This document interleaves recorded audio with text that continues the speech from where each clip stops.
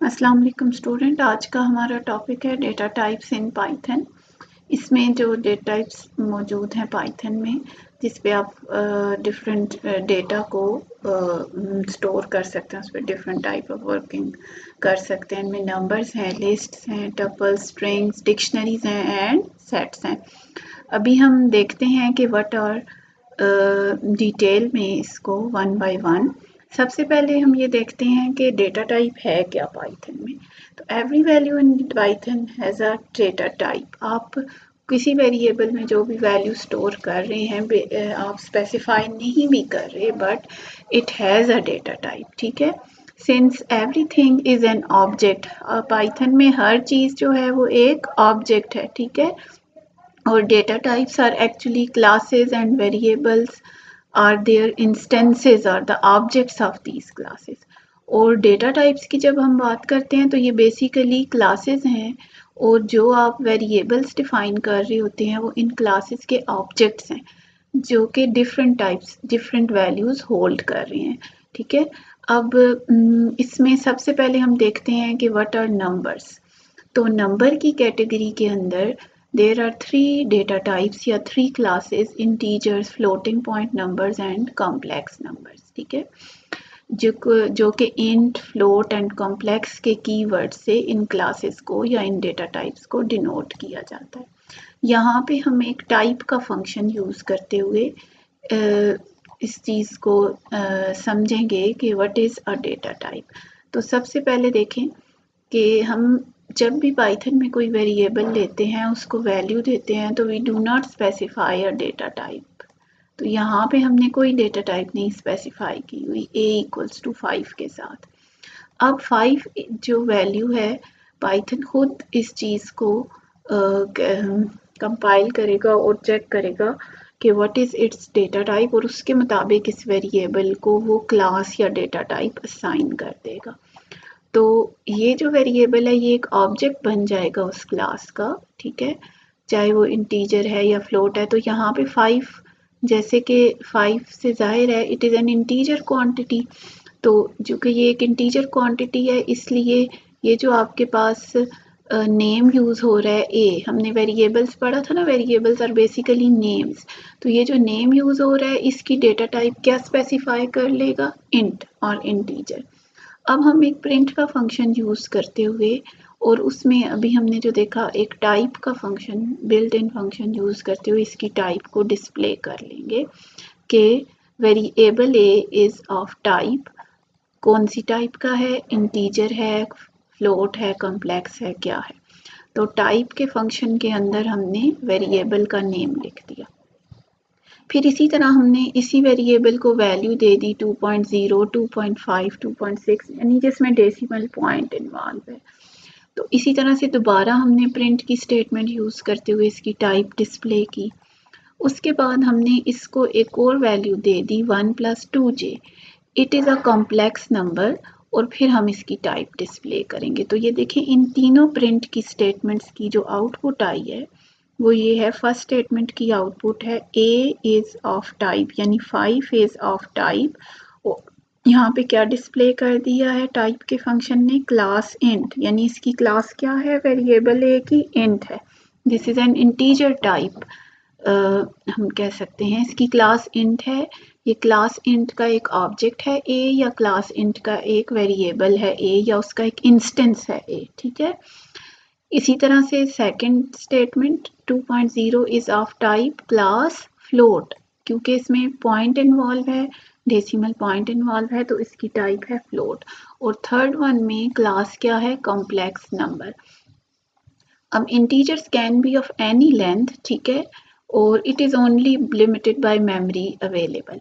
अब C language या C++ में इंटीजर क्वांटिटी के लिए रिस्ट्रिक्शन है कि उसकी लेंथ जो है वो इतने बाइट्स होगी और उससे बड़ा नंबर स्टोर नहीं हो सकता, लेकिन इसमें ऐसी नहीं है। मेमोरी अवेलेबल होने की सूरत में integer can be of any length. ठीक है, इसी तरह से फ्लोटिंग पॉइंट नंबर में ये है कि इसकी accuracy up to 15 decimal places तक होती है। ठीक है, और इन दोनों में ये डिफरेंस है इंटीजर और फ्लोटिंग पॉइंट में कि अगर आप 1 को लेंगे तो it is consider as integer, और आप उसी वेरिएबल में अगर 1.0 स्टोर करेंगे तो फिर वो वेरिएबल ए जो है या जो भी वेरिएबल नेम आप जो भी यूज़ कर रहे हैं वो एक फ्लोटिंग पॉइंट नंबर कंसिडर होगा। अब आते हैं कॉम्प्लेक्स की तरफ। अब देखें complex numbers are represented in the form x plus y जे।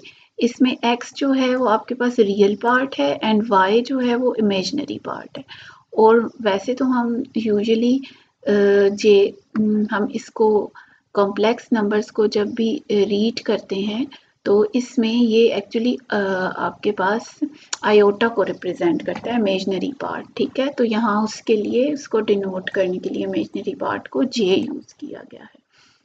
तो इसी तरह से ये एक और एग्जांपल है, यानी वेरिएबल ए में ये देखें एक इंटीजर स्टोर किया गया है और ये उसी तरह डिस्प्ले होगा जैसे आप इसमें स्टोर करेंगे।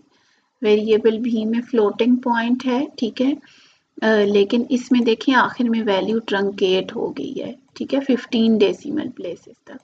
उसके बाद आपके पास c को 1+2j है, तो ये इसको जब हम डिस्प्ले करेंगे तो विद इन अ ब्रैकेट एक कॉम्प्लेक्स नंबर के तौर पे डिस्प्ले होगा। तो नंबर्स में there are 3 basic data types, integer, float and complex numbers. Now we come to our next data type, that is Python lists.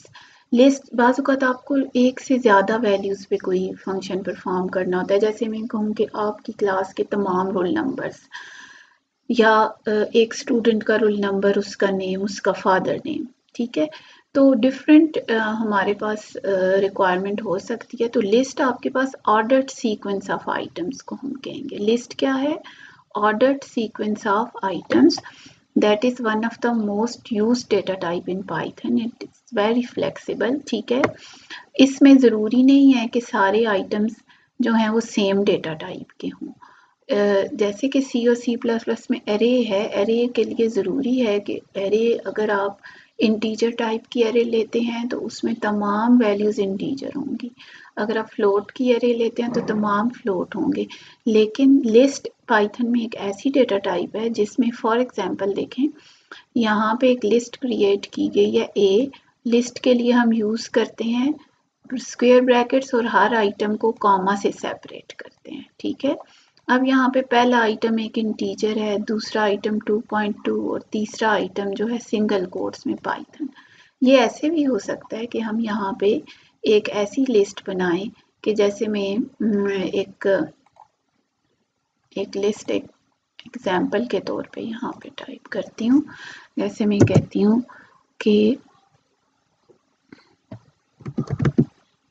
S, ठीक है, S student के लिए, और इसमें मैं कह देती हूँ सबसे पहले आ जाए रोल नंबर। जैसे मैं 123 एक स्टूडेंट का रोल नंबर है, उसके बाद कॉमा के बाद सिंगल कोट्स में उसका नेम, ठीक है, चूंकि करेक्टर्स हैं ये ना, नेम होगा, इंटीजर क्वांटिटी तो नहीं। उसके बाद मैं कहती हूँ कि उसका फादर नेम, ठीक है। उसके बाद मैं ले लेती हूँ कि उसकी ऑब्टेन्ड मार्क्स कितने हैं, तो मैं कह देती हूँ 700 और इसे क्लोज कर देती हूँ। तो ये आपके पास एक लिस्ट बन गई है किसी एक स्टूडेंट की जिसमें उसका रोल नंबर भी है, उसका नेम भी है, उसका फादर नेम भी है और उसके ऑब्टेन्ड मार्क्स भी हैं, ठीक है। तो अब देखें यहाँ पे roll number, name, obtained marks different types है ना। कोई आपके कुछ डेटा टाइप्स इंटीजर्स हैं, कुछ डेटा टाइप्स आपके पास स्ट्रिंग्स हैं, ठीक है। तो लिस्ट में एक से ज़्यादा वैल्यूज़ कॉमा से सेपरेट करके स्क्वायर ब्रैकेट में और with different data, same type भी हो सकती है। जैसे कि ये देखें इस एग्जांपल में नेक्स्ट आपके पास आ गया है ये नेक्स्ट डेटा टाइप, ये इसमें तमाम इंटीजर्स हैं, ठीक है। अब हम ऐसे करते हैं, थोड़ा सा हम इस पे वो डिटेल में अभी नहीं जाएंगे क्योंकि इसको मैं सब कंप्लीट टॉपिक अलग से भी स्टडी करेंगे। अभी मैं इस लिस्ट को प्रिंट करना चाहती हूँ। मैं चाहती हूँ कि स्टार्ट से लेकर थर्ड लोकेशन तक, यानी थर्ड आइटम तक जो वैल्यूज़ हैं वो डिस्प्ले हों। तो प्रिंट कोटेशन में मैंने टेक्स्ट दे दिया कि मैं क्या प्रिंट करना चाहती हूँ, लिस्ट ए की वो वैल्यूज़ जो 0 लोकेशन से लेके 3rd तक हैं, ठीक है। तो इसमें अब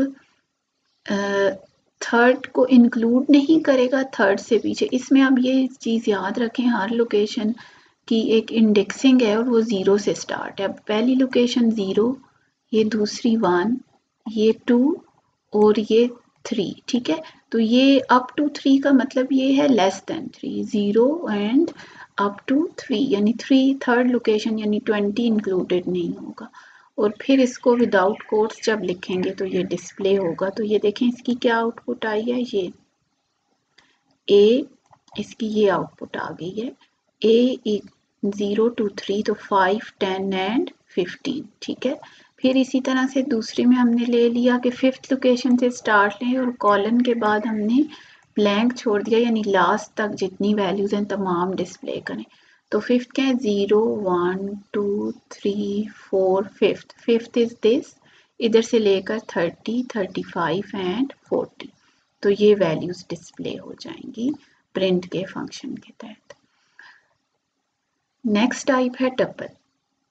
टपल भी एक ऑर्डर्ड सीक्वेंस ऑफ आइटम्स है लाइक अ लिस्ट, बट इसमें और लिस्ट में ये डिफरेंस है कि टपल्स आर इम्यूटेबल।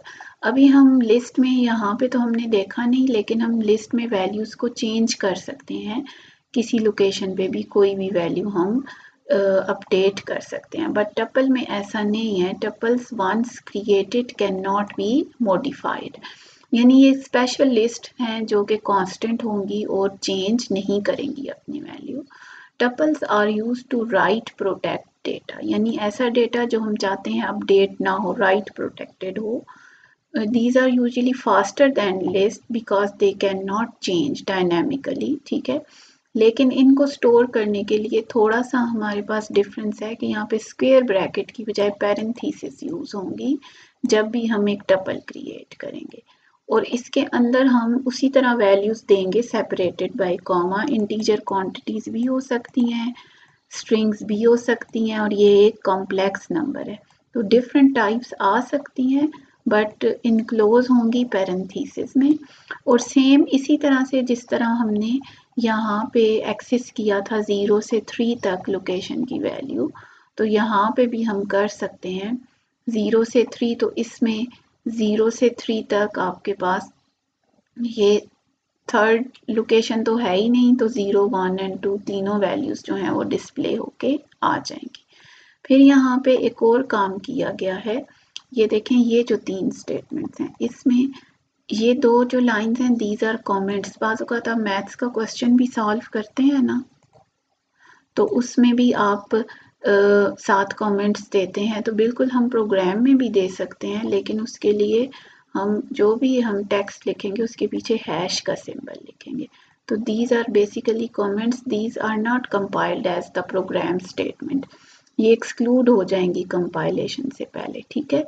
ये जस्ट यूज़र की इंफॉर्मेशन के लिए होती हैं। अब ये यहाँ पे ये बता रहा है कि ये जो नीचे स्टेटमेंट है it will generate error because tuples are immutable.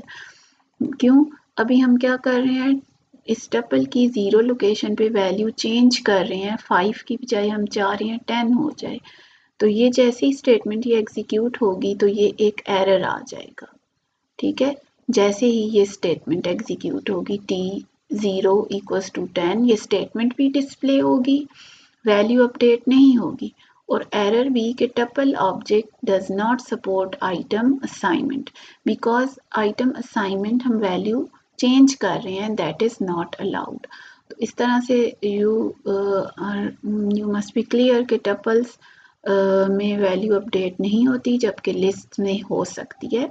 अगर हम यहाँ पे लिस्ट में ये काम करें कि यहाँ पे अगर हम t ऑफ 1 या t ऑफ 0 इक्वल्स टू और कोई वैल्यू दे दें तो वो उसी तरह से सेम अपडेट हो जाएगी और चेंज हो जाएगी, ठीक है। नाउ थर्ड नेक्स्ट आपके पास टाइप है strings. Strings are actually sequence of characters, Unicode characters, यानी एक आपके पास आस्की कोड है, आस्की कोड 8 बिट कोड है, तो वो आपके 2 पावर 8 डिफरेंट कॉम्बिनेशंस प्रोवाइड करता है और हर कॉम्बिनेशन बिट कॉम्बिनेशंस, और हर कॉम्बिनेशन एक करेक्टर को डिनोट करता है, जिसमें आपके पास अल्फ़ाबेट्स हैं, small lower and upper case, इसी तरह डिजिट्स हैं, स्पेशल सिंबल्स हैं। तब यूनिकोड जो है वो 16 बिट कोड है।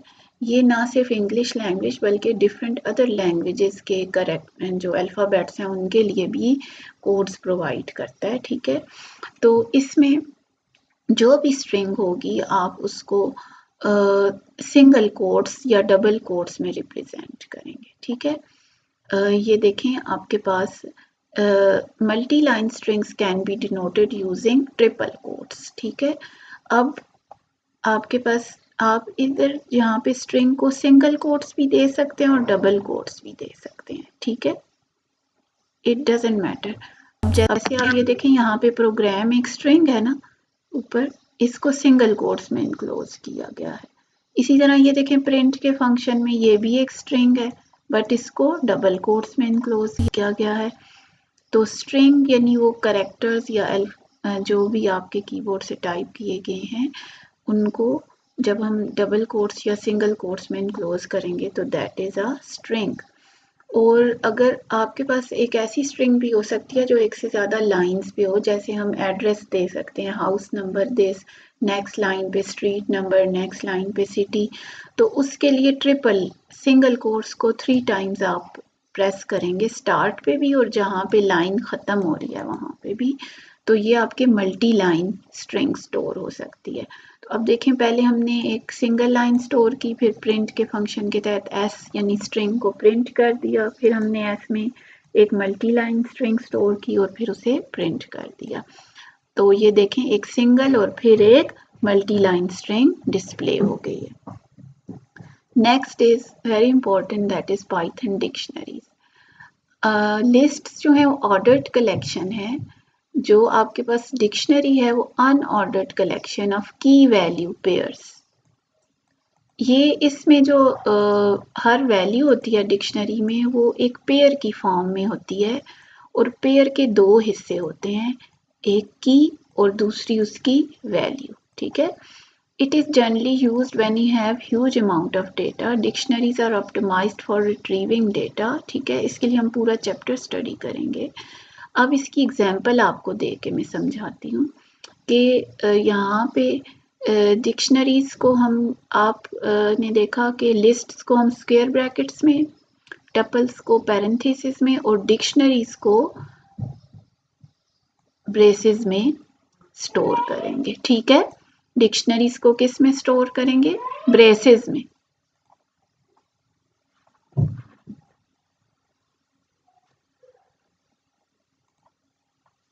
अच्छा, फिर उसके बाद अब हर वैल्यू जो होगी उसमें एक पेयर की फॉर्म में होगी और 2 चीज़ें होंगी, एक की और दूसरी उसकी वैल्यू और दरमियान में कॉलन, और हर पेयर कॉमा से सेपरेटेड होगा। जैसे कि हमने ये एक डिक्शनरी क्रिएट की, D इक्वल्स टू पहला पेयर है 1:10, दूसरा है 2:20, तीसरा है 3:30, यानी 1, 2 एंड 3 कीज हैं और इनकी वैल्यूज हैं 10, 20 एंड 30। ये ऐसे ही है कि जैसे हम इंडेक्स कर दें ना कि चैप्टर्स हों और हर चैप्टर का एक इंडेक्स है।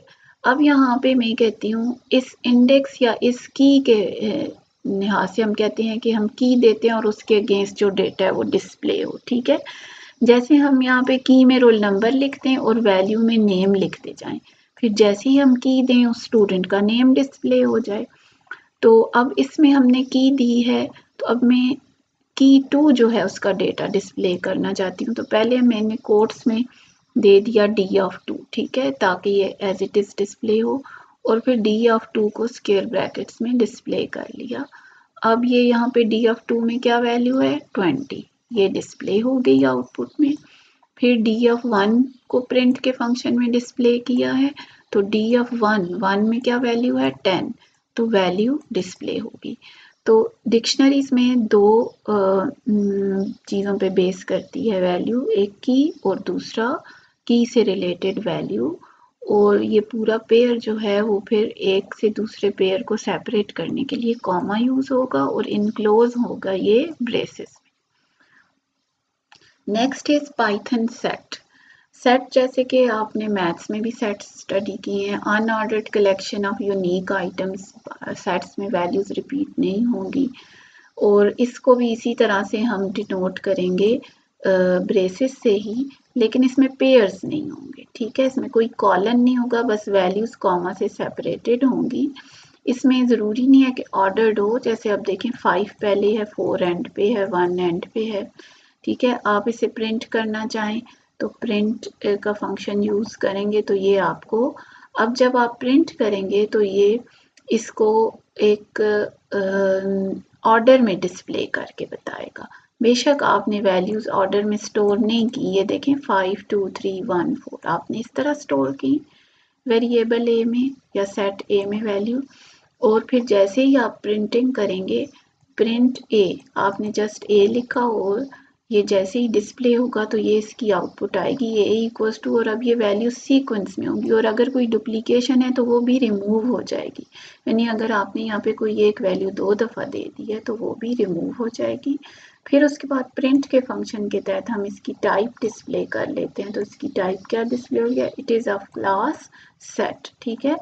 इस पे यूनियन, इंटरसेक्शंस, दो सेट पे ऑपरेशंस परफॉर्म हो सकते हैं, और जो डुप्लीकेट वैल्यूज़ हैं वो भी एलिमिनेट हो जाती हैं जब आप डिस्प्ले करते हैं। लाइक ए में आपने ये डुप्लीकेट वैल्यूज़, बल्कि ट्रिप्लीकेट वैल्यूज़ हैं 3 की सूरत में, तो जब आप प्रिंट करेंगे ए को तो आउटपुट में जस्ट यूनिक वैल्यूज़ डिस्प्ले होंगी, डुप्लीकेशन रिमूव हो जाएगी। Next is booleans. Boolean data type या वेरिएबल्स, आपके पास दो ही वैल्यूज को स्टोर कर सकते हैं, that can be either true और फॉल्स, ठीक है। लाइक हम वेरिएबल ए में ट्रू स्टोर करते हैं और वेरिएबल बी में फॉल्स।